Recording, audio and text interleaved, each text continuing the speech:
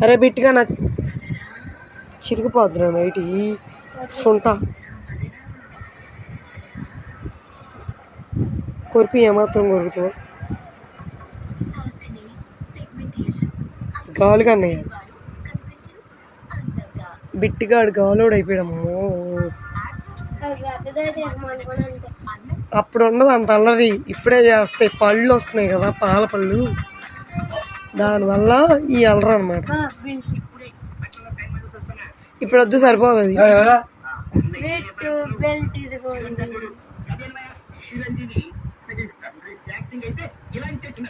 ఈ బెల్ట్కి ఈ పిల్లకి సంబంధం ఉంది అసలు చూడు